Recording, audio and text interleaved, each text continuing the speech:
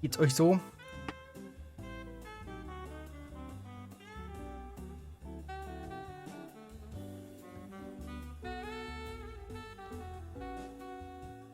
Gut, und mir auch. Mir auch. Mir auch. Wir sind wieder live hier am Boden angekommen. Hier im Bodenstudio sozusagen.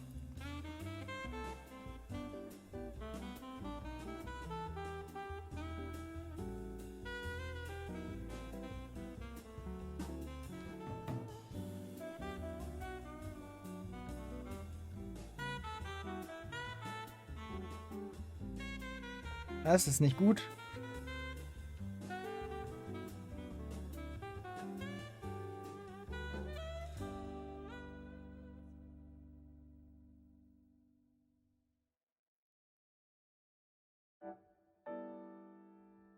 So irgendwie. Jetzt eher so Ubisoft oder Devolver. Momentan bin ich. Ja. Was soll man das denn sagen?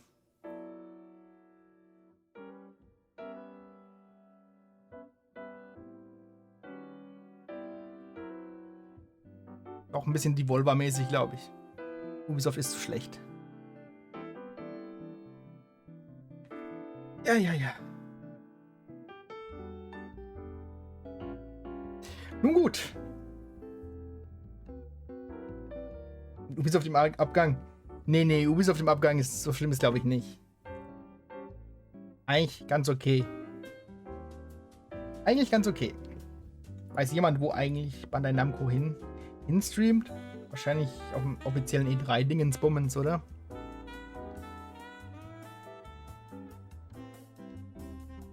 Oder machen die einen eigenen Stream auf? Ich weiß es nicht.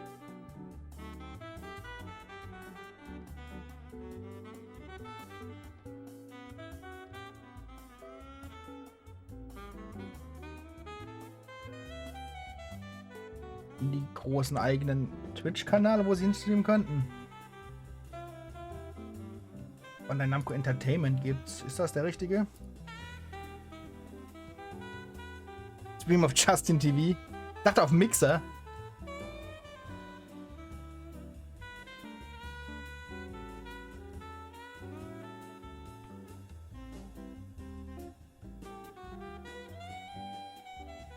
Facebook Gaming.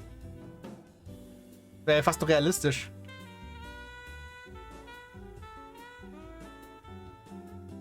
Ich habe mal beides aufgemacht.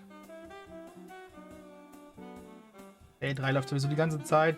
Bandai NAmco selbst hat noch nicht angeschalten. Keine Ahnung.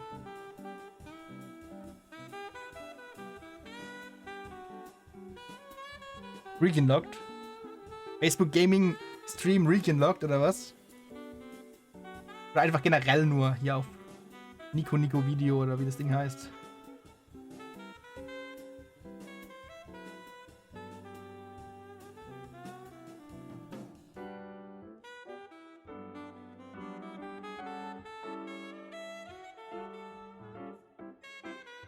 Was? Facebook Gaming kann das? Ei.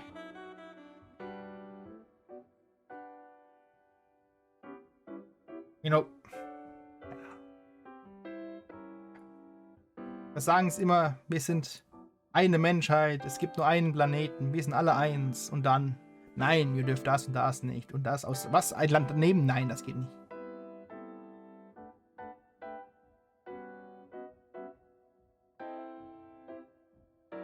Geht nicht. Gut, so. 15 Minuten, ne, 10 Minuten sogar nur. Was können wir heute alles erwarten von Bandai NAmco?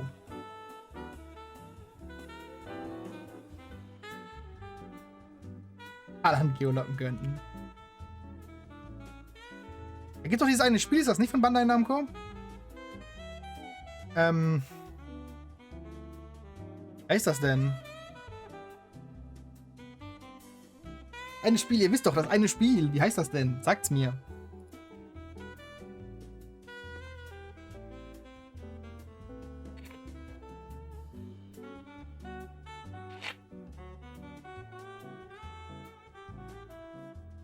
Nein, das meine ich nicht. Wer noch Dings. Die haben doch irgendein Spiel, das sie demnächst releasen, das ziemlich hype ist.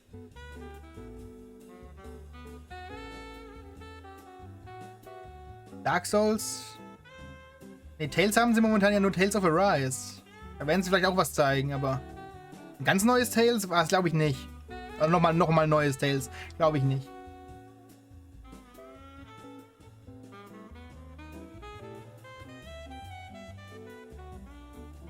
Und die haben dann nur noch ein Spiel. Verdammt nochmal, wie heißt das denn?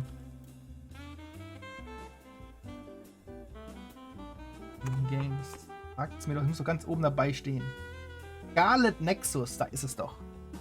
Scarlet Nexus. Da wünsche ich mir ein paar mehr Infos.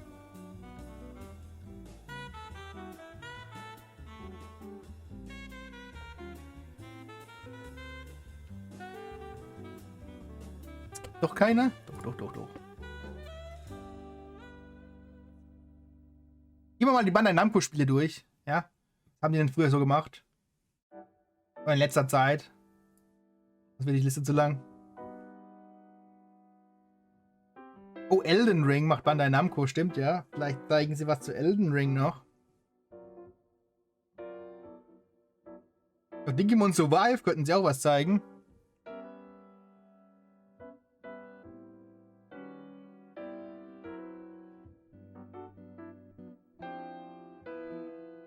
Bonsoir, Otaku, bonsoir.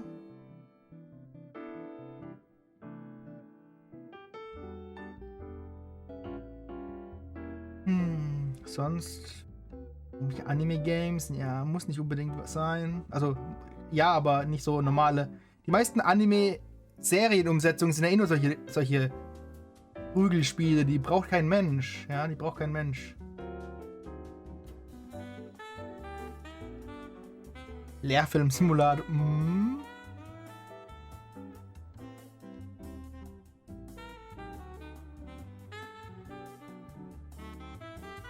Lehrfilmmaster. Das wäre was.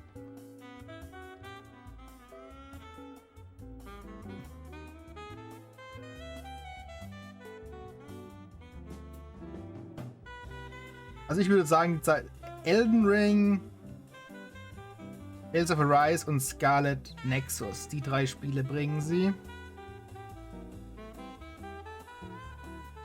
Wenn wir Glück haben, zeigen sie was zu Digimon Survive.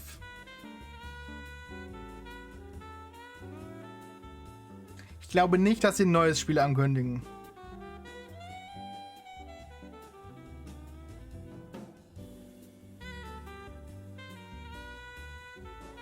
Wenn wir Pech haben, kündigen sie neue Spiele an für Mobile. Das ist so meine Vorhersage.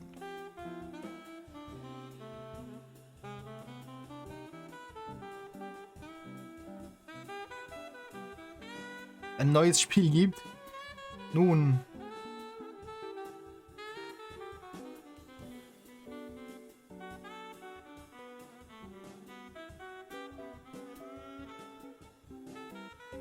Ich meine hier das letzte, warte mal.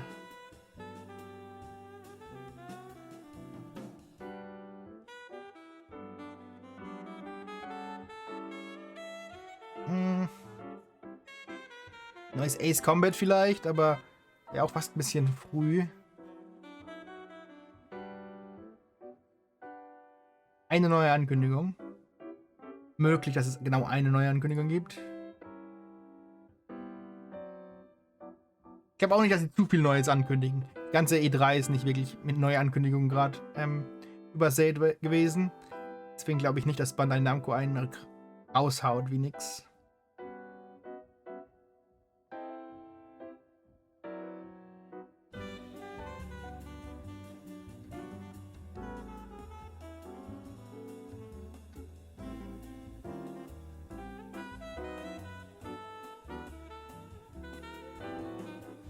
Ja, die Indie-Games waren strong, definitiv. Definitiv waren die ziemlich hart dabei.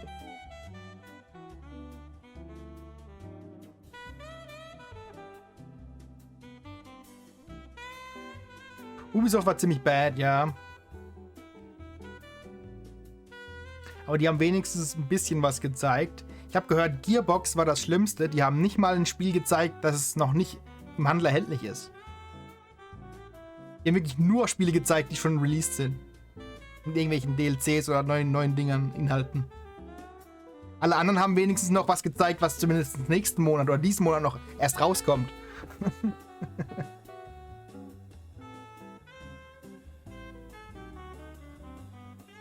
Um ein bisschen Werbung zu machen.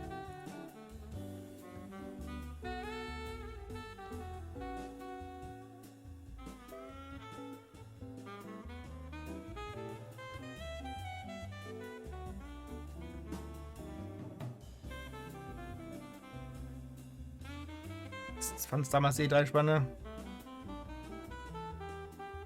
Ja, das Problem ist das Internet. Ja, immer mehr gleichzeitig und für jeden verfügbar ist.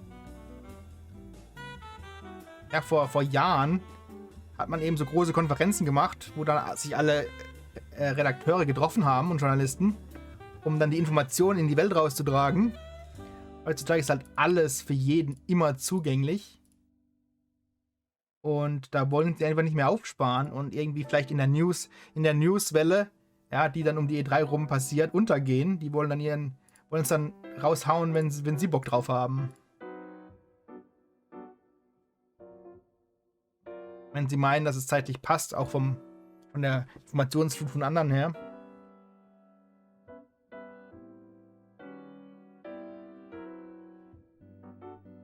Ich glaube, Microsoft hat auch angekündigt, dass sie irgendwie Ende der Woche oder nächste Woche nochmal ein Extended Showcase machen, mit entweder die Spiele länger zeigen oder mehr Spiele zeigen.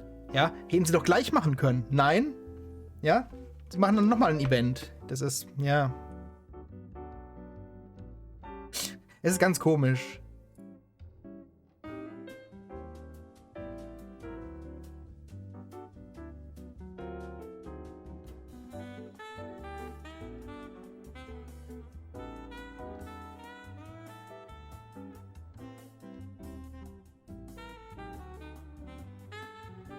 Ja.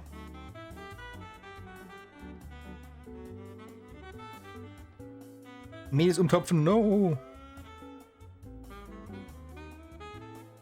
Was aber dieses Online-Ding, ja, möglich macht, worauf niemand bisher eingegangen ist, ja, dass sie mehrere solcher Dinger abdrehen und zusammenschneiden. Und je nachdem, wann man dran ist, abwarten, was die anderen bringen, ja, um dann einen draufzuhauen. Wenn sie merken, die anderen waren alle schlecht, dann kann man selbst ein bisschen unten bleiben mit seinen News. Hauptsache man ist ein bisschen besser. Wenn die anderen schon krachen, haut man eben die Präsentation raus mit den Superkrachern. Und dann muss man halt damit leben, dass manche Sachen schon frühzeitig publik werden von Spielen, die gerade gemacht werden oder sowas, ja. Aber ich glaube, das macht niemand. So habe ich das Gefühl. Oh, da sind wir schon. Also, noch nicht ganz, aber ja. Yeah, of course. Not your cup of tea, but 100% mine. You know what? Hey, I'm here for it. Though. I'm gonna watch it all. Opposing forces get dropped into a Sumerian temple, right? And all sorts of supernatural elements start popping up. We'll see what's going on here. So, Golden Boy, we need you to get psyched up. We need you to get ready. Oh, no, I'm excited to watch it. I'm going to be very scared. I'm looking forward to it. I'm going to go over to the media area. And I'm gonna, I'm gonna be horrified because it's gonna be great. It's time though for our next presenter. And here with their 2021 E3 presentation is Bandai NAmco presents House of Ashes. Machen sie jetzt 20 Minuten House of Ashes oder was? Oder gibt's auch noch eine normale Bandai NAmco Präsentation?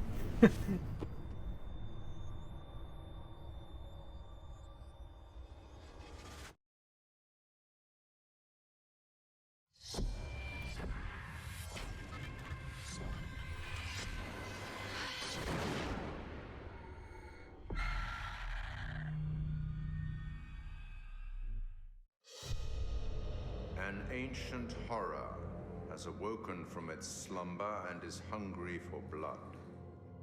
Shall we see how many have fallen into shadow? Satellite sweeps of the war zone have uncovered what appears to be an underground storage facility. but I strongly suspect it's where chemical weapons are hidden, so we need to move fast. Ready to go dark. To descend into the unknown alone is extremely brave. Fan out, hold fire. Or extremely foolish. We're gonna psyop this shit. Brothers in arms, or will it be a case of each man for himself? Down, get down! They're up on the ridge! Return fire! You teeter on the edge of an abyss. Your survival depends on the choices you make. They will be as a compass, guiding you through the unknown. Where on God's green earth have we landed? What nightmare have these luckless souls fallen into? You keep lookout. Lookout? Lookout for what? Das richtige Schauspieler oder Their nur die lives Stimmen? will be snuffed out. Unless you can find the Also auch vom means Aussehen her to meine ich. save them. Trapped beneath the earth, swallowed by the void. Will you find the path to salvation? Or be lost in the darkness forever? Ashley Tisdale. Ja. Habe ich schon sehr oft nie gehört.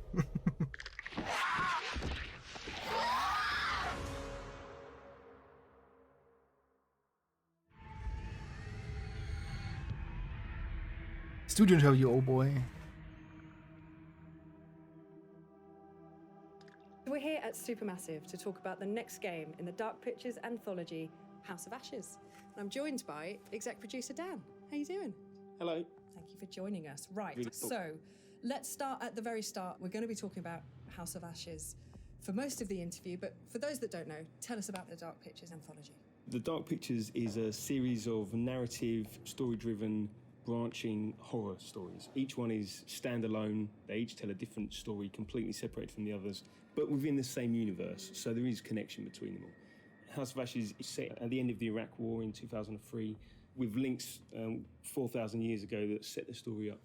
So tell us more about the theme and themes, I suppose, within House of Ashes. It starts off with a military unit. They've got some new technology that can look for weapons of mass destruction underground.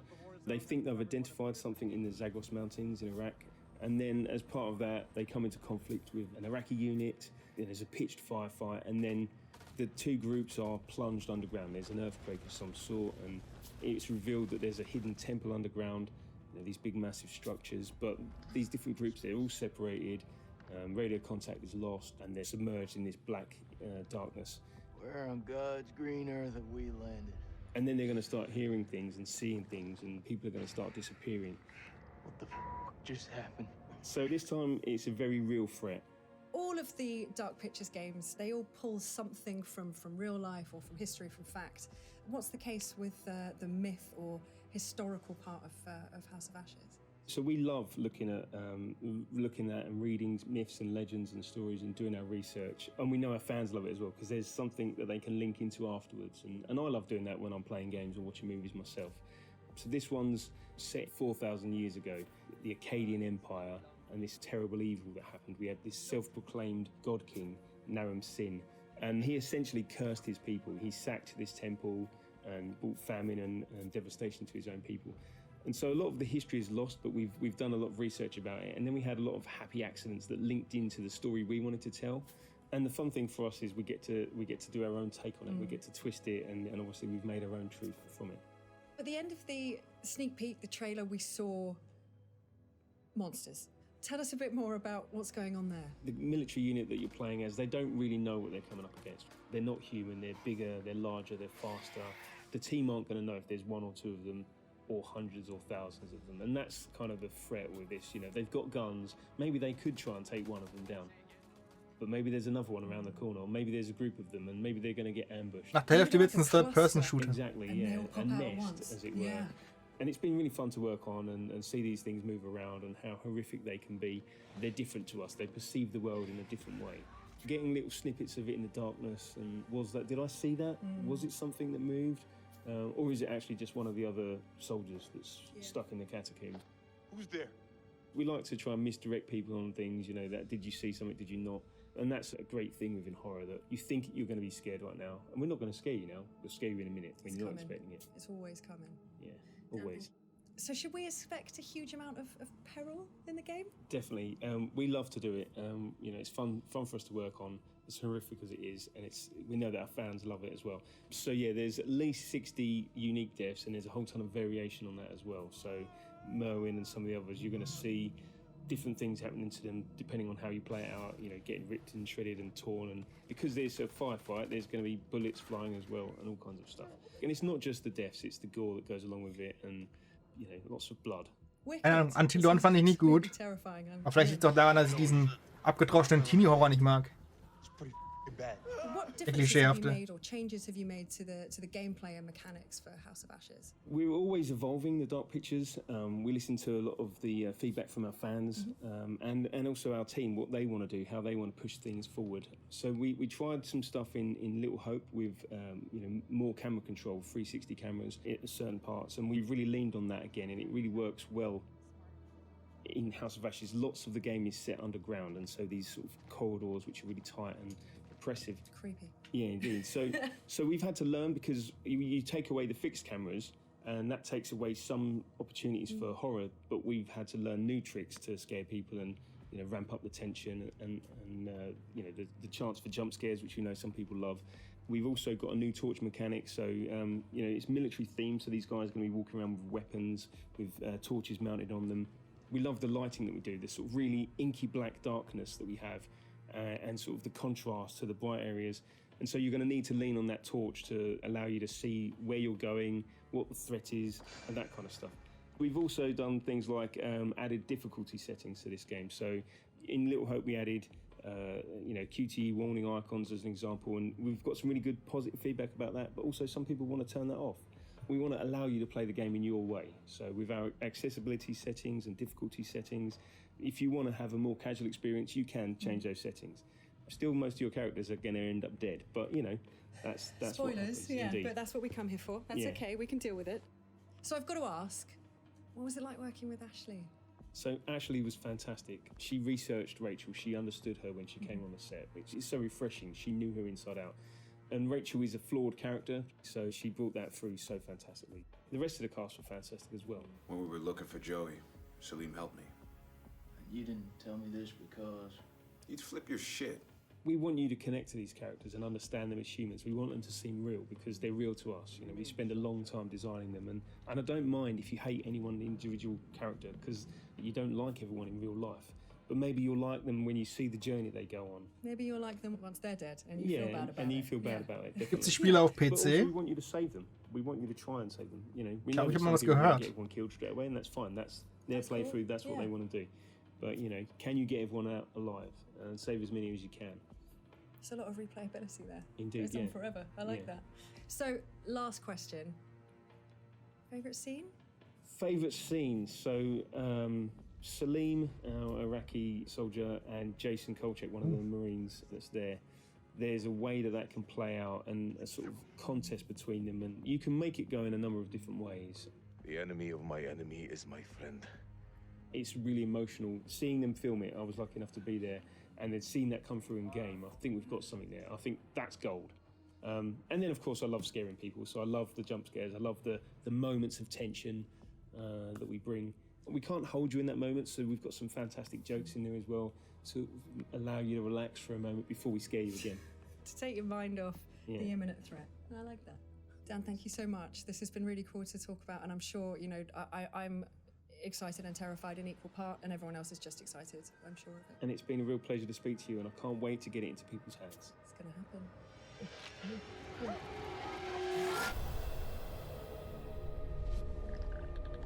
Ich liebe Horrorspiele, aber es gibt halt so ungefähr minus 3% an guten Spielen.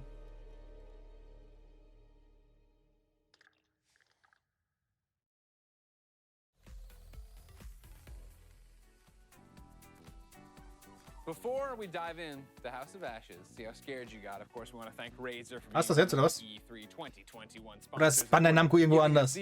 tired old blades nobody cares about. But this Blade 14, RTX 3080 built right in. Of course, the Razer. I'm taking that. Thank you so much. No, I'm Läuft nichts. Okay, we'll fight. Okay, well, we've done it before. You know what? I'll take the hand-me-down. I'll be little brother. Sind wir auf dem falschen Channel?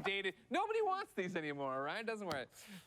Golden Boy, you just saw the Dark Pictures anthology. Yeah. Your first glimpse of it. We have some reactions from you. Oh, you do? They were recording you. They said you were a little scared, not terrified. Not terrified, thankfully, because it was just a normal trailer, which is fine. There's my face. You're unsettled for sure. Yeah. Oh yeah. No, you don't like that. You don't don't like that. Not a fan of that one either. Nope. Nope. Yeah, I think that was one of the jump scares in the trailer. I was.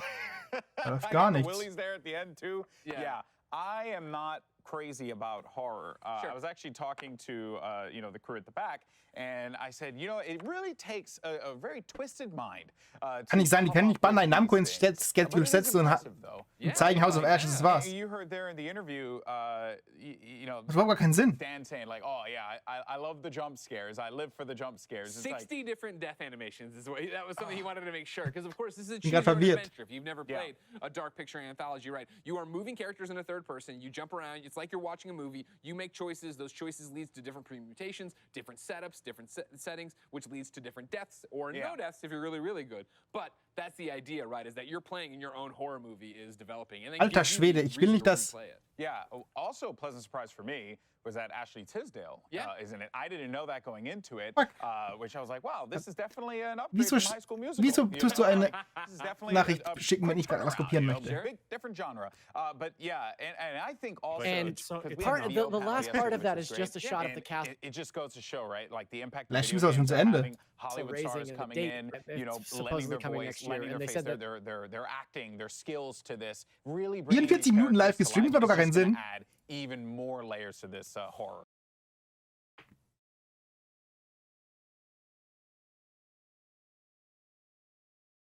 Ist das Schedule falsch gewesen? Ja, weil das die offizielle Schedule ist, dass jetzt Bandai NAmco kommt und nicht vor einer Dreiviertelstunde der Stream zu Ende war.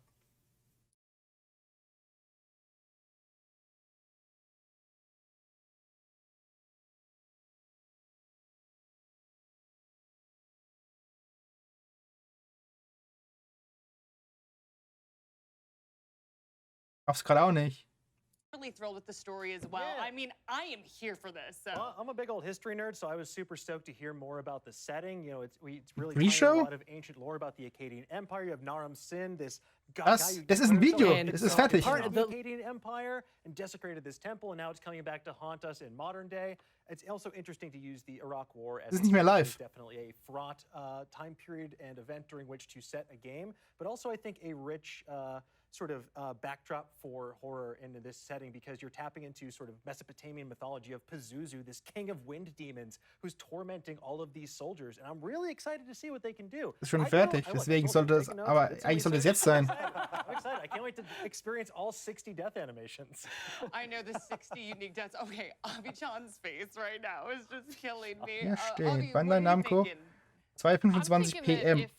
Es ist 23:25 Uhr. I'm probably going to stick next to Dan because he understands what we should be doing. King of what now? You're looking up all this history on Pazuzu? He's the king of wind demons. No big deal. Come on, everybody knows that. I don't even know what the king of wind demons is. What was it? Oh, he's Pazuzu. Oh my goodness. Okay. You may remember him from The Exorcist as well. Yes. Okay. Avi, you were obviously a big fan of the. Just like I could go on. Pazuzu. Exactly. I was like, okay. But Avi, we've been talking about Resident Evil Village like at length. We both like horror survival, but also like when someone's playing with us. And I thought that it's great that it's co-op, so we can be scared together while we play. Yeah, I'm just gonna be sitting behind Dan and watching him play, because that's exactly what I did with Until Dawn, because I'm like, cool, I can't hold a controller and, try to guide these teams. Die Leute, die da sitzen, sind nicht von Bandai NAmco, oder? Die reden nicht so, als wären sie von Bandai NAmco selbst. Das sind nämlich hier E3-Dudes, die da jetzt drüber diskutieren, was sie gesehen haben, oder? I didn't pass all my history classes, but I hope that Pazuzu doesn't, pop up anywhere in a textbook. But something that was really interesting for me when we were going through Bei Nintendo, ja. that little dev talk is that they showed us Pazuzu. They showed us Am neuen Trailer für Breath of the Wild 2 gezeigt. Metroid 5 angekündigt. Metroid Prime 4 läuft noch. Und ein paar andere coole Games. A hidden layer Also war nicht schlecht. else that they're not showing us yet that's going to catch people off guard, thinking that they're going in going like, I did my research. E3 YouTube oder Bandai Namco YouTube? This is easy. I know. So you two would fall into the depths together, and then I would somehow be stuck with Michael, and he'd be like talking about JRPGs, and I'd be like, 60. oh my goodness, we're in a world of hurt right now. If I make a deal with the devil, I can Wir haben turn hier into keinen a very Livestream. attractive protagonist, and then I could probably possess Pazuzu if I do negotiations like you can in SMT5. No, 4 Tagen ist das Video hochgeladen. Ah, nee, so Europe. Wer interessiert sich für Europe, Dudes? For Supermassive, so I'm gonna wonder how that works because Es I ist feel like they're GameSpot. very in control of Und camera auf angles, GameSpot. what you see before you make choices. I'm sure there's like transition phases where you actually make your choices and all other stuff. It's just something new from them, so I just want to see how that plays out, especially when I'm with Ja, a das ist schon bunch of other people. irgendwas. I get Action daily Games. scaled. And Damon, Selbst I sind know gar you're nicht all about retro online. games, but I also know you love a good story. I know for me, I felt like this had a lot of heart. There was dialogue that we saw, and it really hit me to my Had core. an outfit and her super attack in the code. I love horror Ja, movies, aber and horror nur. games. I'm a kind of a gore hound. I love blood and guts, and I love kill gags. So like, I'm looking forward to see all the inventive and clever ways that Pazuzu is going to kill our soldier friends. Oh boy. Oh boy. I just like Ah ja, der E3 Livestream, der ist ja auf YouTube auf Twitch gleich. Anyways, GOMS, I can't talk. Weiß, Games ob's have changed and evolved so much over the years, and with those changes, so has the coverage of our favorite games. Outlets like PC Gamer, IGN, Polygon, and GameSpot have all led the way in gaming coverage, and for the first time ever, we've assembled the editors-in-chief of all those organizations and our Voices of E3 series. Take a look. Hier steht Bandai Namco.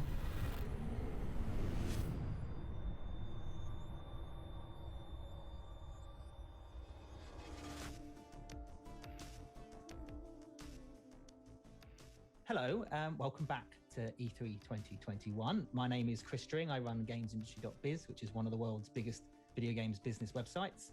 And joining me today to talk about E3 and the future of games in general are some of the biggest names in the video games media, from IGN, GameSpot, Polygon, and PC Gamer.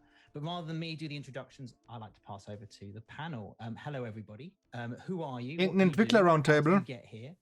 Sure. I'm Christopher Thomas Plant. That's my full birth name. It sounds like Christmas Plant if you say it really fast. I'm the editor-in-chief of Polygon.com, and it's a website. Thanks. This is Evan Lottie over at PC Gamer. I'm the editor-in-chief. Hi, everybody. Tina Amini, editor-in-chief of IGN. I don't have a cool Christmas Twitter name, but I do have a really cool Halloween Twitter name that someone gave to me, which is Tina Aminideville. So that's all I got. Hi, how you doing? My name is Randolph Ramsey. I'm the editorial director from GameSpot. I go by Randy in this country. Der Chat ist super. It's okay to be called Randy in America. If you say that anywhere else in the world, you will be met with sniggers. You can't say, hi, I'm Randy. Ich meine, das kann nicht alles gewesen sein, da es doch gar nichts gab. So asking to all of you here, what does sort of E3 Wenn ein Spiel gezeigt wird von einem Entwickler mit einem Interview von dem Entwickler, dann ist das kein Panel gewesen vom Publisher, sondern vom Entwickler. Professional Ja? in the industry and as a fan, I've been in this industry for so long that it's E3 to me is usually just a lot of late nights, being overworked, not having enough sleep. But I think outside of the professional stuff, I think E3 for me, it allows me the chance to feel like just a regular old fan of video games. I still get hyped about stuff that gets revealed. For those brief shining moments of those major press conferences or during like a key announcement, I can sort of forget that there's all this work that I need to do around this big event and just like be a fan of video games again. Yeah, having that in-person reaction, like you're typically sitting, if you're at a press conference, which I think probably for many of us, we maybe stopped attending them in like a Ja, das ist keine Präsentation gewesen. Wie gesagt, ein Spiel kann keine Präsentation sein. Und auch nicht von Bandai Namco selbst, weil sie publishen das nur. Because they need to be typing up the news. That's obviously the primary element of it. But for me personally too, it's also it's a bit of a reunion because we'll all see each other in person.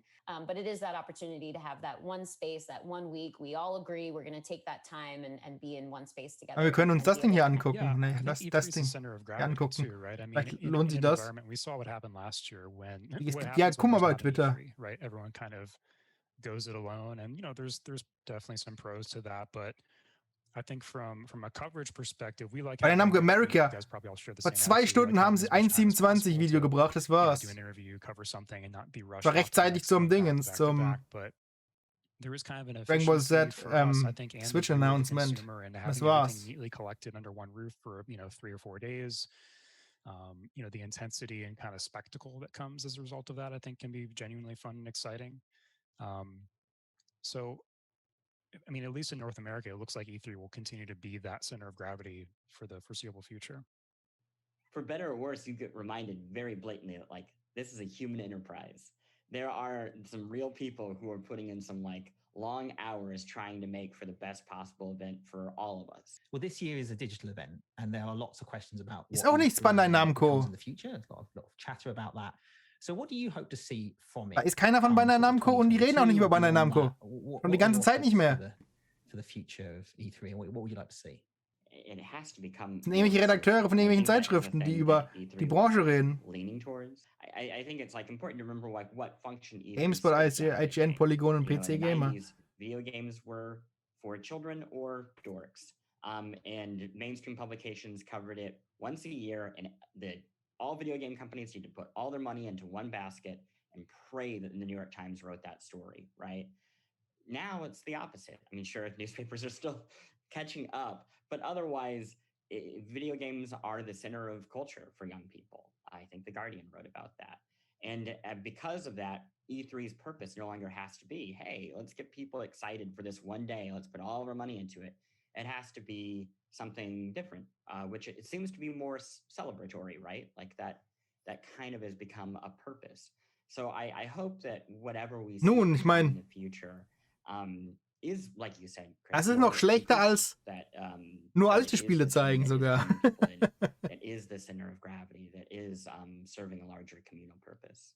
And it is significant, obviously, despite the drawbacks of everything, of all of us being in a pandemic that's going to be running about 2 years long by the end of this, or hopefully just Alles 2 klar, years machen long wir. by the end of this. I think it is significant that when we are being in this digital 50 Minuten Slot sogar hier. it's nice that people Von can, more 25 people bis can connect. 20. Obviously, it loses some of that social element. So I too, like Chris, hope that is 50 retained, Minuten and I Slot. selfishly hope that we all go back in person. But I think keeping some elements digital does help kind of connect to a broader community. And there can be various aspects of that. Obviously, the press. Nintendo hat sich halt 4 Stunden geklaut, ja. Haben gesagt, wenn kein anderer will, wir machen. Packen sie halt noch 3 Stunden Treehouse rein, was soll's? Die anderen, ja, ich nehme eine Stunde, aber ich mache nur 5 Minuten davon voll. Labert ihr so lang. Was ist da los? Experience in person or at home too, to feel like they're a part of that entire celebration of the festivities, of the news breaking. And hat gerade gesagt, keine Ahnung, ich höre ihm nicht zu. Home alone because for whatever reason they're not Ich able to. höre nicht zu. I'm kind of hopeful that the live aspect becomes a lot more like Comic-Con in the future, in which it's much more a celebration of games culture, and community while you're there live in person. I think the ESA, as everyone pointed out, has been sort of moving towards this hybrid thing where, half of it is still behind closed doors meetings with retailers, and then they're trying to, introduce more people into it, and they can play some games and look at some big booths. But, I think, Comic-Con does that thing where it does service the fan aspect. Nehm mal an, auch die E3 ist zu teuer geworden.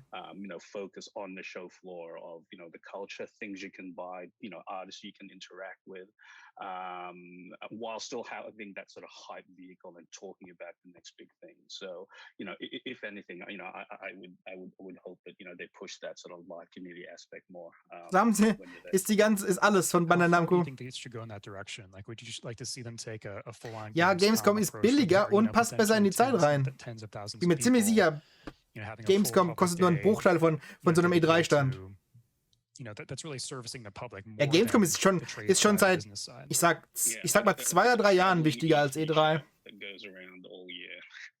and visits multiple cities. Some people hate you for that one. Luckily, I'm not in the USA. But yeah, and you know, I realized that. Das ist zwar ein komisches Beispiel, aber wenn man allein Call of Duty anguckt, ja, es ist ja eine der größten Marken im Videospielsektor. Auf der E3 haben sie das Spiel gezeigt, aber anspielen durfte man das erste Mal auf der Gamescom. Das waren schon die letzten paar Male so. Ja. Das sagt schon viel drüber aus. Dass Gamescom einfach viel wichtiger ist für die Konsumenten an sich als E3. Interessiert niemanden, das sind nur ein paar Announcements und das war's. Right, because Comic-Con works because they put talent in front of people. But when you put talent in front of people, suddenly they have leverage. And that means that, Ich meine, wir können uns ja trotzdem das Ding hier angucken, was auch immer da gelivestreamt wurde.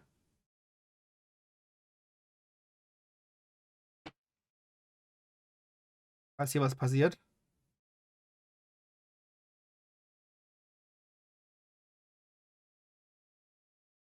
Da bringen sie Nintendo-Spiele. Okay. Sagt mir nicht, dass da gerade das Interview ist und das war's.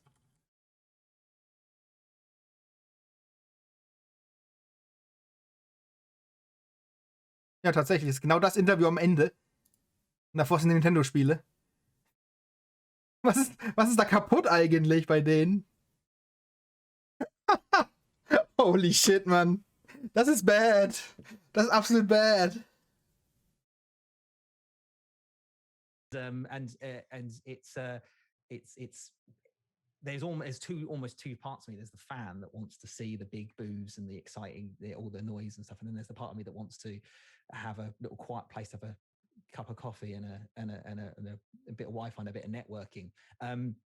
So I think I would like to have a sort of business Unfassbar. show and a consumer show that sort of sit side by side. I don't know how you I don't know how you fit that into. Jetzt wissen wir, dass das etwas Bandai NAmco ist das Schlimmste, was du tun kannst. At the same time, they're sort of moving to that sort of hybrid model anyway, and I think transitions are always tough. But I'd love to see. Und dafür habe ich jetzt 3 Stunden Metroid Prime gespielt. I mean, with the kind of competition und habe mein PC gecrashed. It's just essential um darauf zu warten. A true purpose that is contemporary and you know, really self-aware of what else is happening and the other options people have. I mean, wir haben echt so viele Marken noch im Keller liegen. Families. Ja, natürlich ist Metroid geil, aber you know, thinking back to the PAXs I've gone, it's like mothers and daughters and you know, fathers and sons. Ja. That have like decided to take their vacation to this event because they're a huge fan of. Wir hätten den Abend auch mit dem Treehouse ausklingen lassen können, ja. Want to hang out and be a part of that, right? And I mean, like, it's interesting to get a sense of like our kind of multifaceted feelings in this conversation, because like GDC is probably my favorite event of the year because the press is not the focus at all. There's not like big announcements or anything. Gut, ja, dann war's das. As press get some of our best material out of GDC because it's an environment where game developers are. Ich werde mir das sicherlich nicht mit angucken.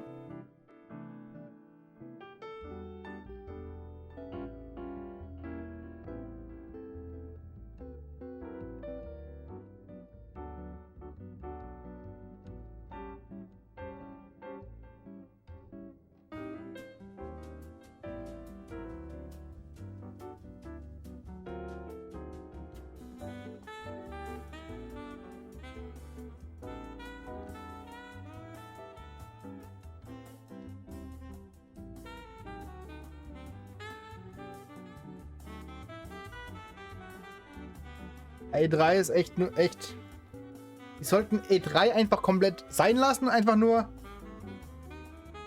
so eine Zeit im Sommer ausmachen, wo sich jeder Publisher darauf einigt, dass er da ein Trailer festmacht oder so. Ja, ohne irgendwelchen Deckmantel von E3 und so ein Scheiß.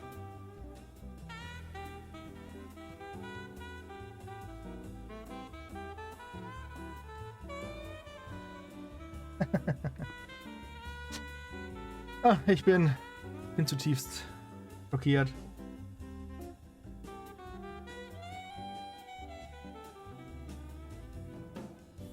Das hat doch nichts damit zu tun, Eileen. Das hat doch nichts damit zu tun, ob es Neuland ist oder nicht. Es gibt ja einen Unterschied zwischen etwas versuchen zu zeigen und etwas richtig geil zu zeigen. Aber da ist nicht mal was versucht worden. Versuchen es ja nicht mal. Hat doch nicht mal was mit irgendwelchen Digitalen zu tun. Ob jetzt eine Bühne steht, wo sie live labern oder ob sie ein Video drehen, ist ja wurscht egal.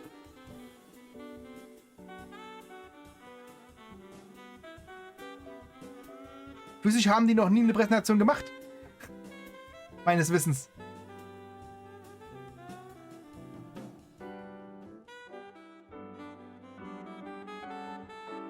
Meines Wissens. Gamescom Streams? Gibt's da Streams von? Keine Ahnung. Ja, aber ein Trailer ist halt nicht, ist immer, wie gesagt. Wobei doch stimmt, Gamescom ist ja dieses Jahr komplett online. Das heißt, da kann man auch viel restreamen, das ist richtig. Ich vergaß.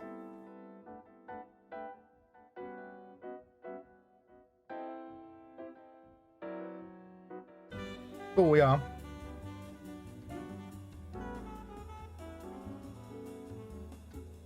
Das heißt, letztendlich hat Bandai Namco einfach nur den Sendeplatz von 5 Minuten gekauft, damit House of Ashes da ist, weil sich die Entwickler das nicht leisten konnten. Ging nach hinten los. Hätten sie ihren Namen lieber nicht reingedrückt, sondern hätten einfach nur den Entwicklernamen-Panel gemacht.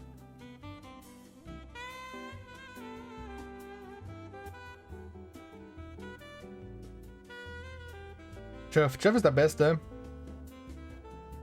Opening Night von der Gamescom soll rappeln. Oh boy.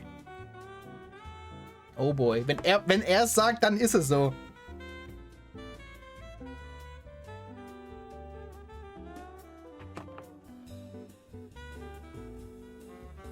Wenn Kili-san das sagt, dann ist das so. Der Sinn ist nicht existent.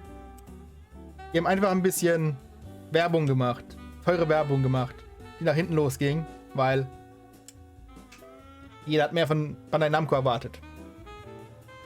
Und nicht von dem Spiel. Mal ganz ehrlich, wer arbeitet eigentlich in den PR-Büros von den ganzen Leuten? Niemand? Ist es nicht besetzt oder haben die da Affen drin sitzen? Ich verstehe es nicht.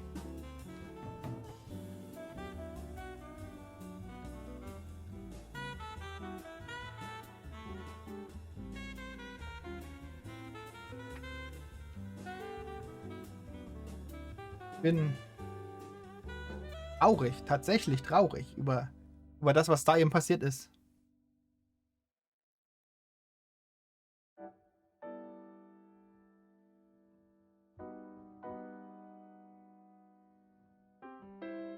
PR-Leute haben Kaffeepause von 8 bis 16.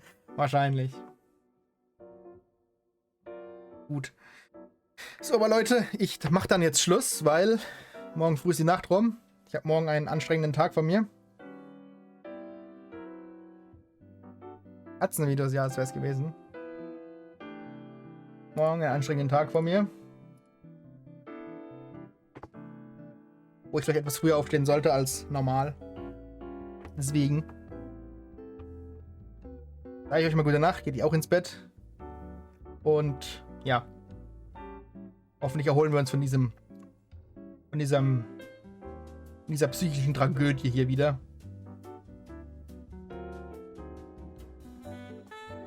Gut, dann keine Ahnung, ob morgen Abend ein Stream passiert. Wir wissen es noch nicht.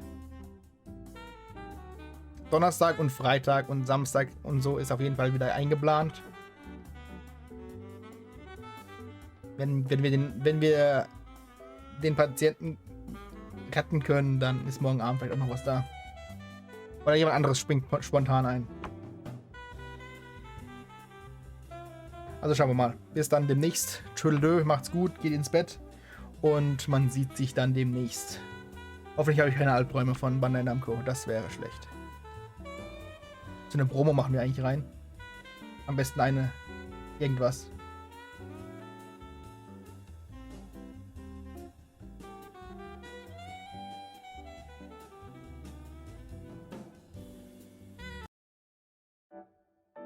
So, Gut. Dann bis demnächst. Tschüss. Man sieht sich. Gute Nacht. Haut rein.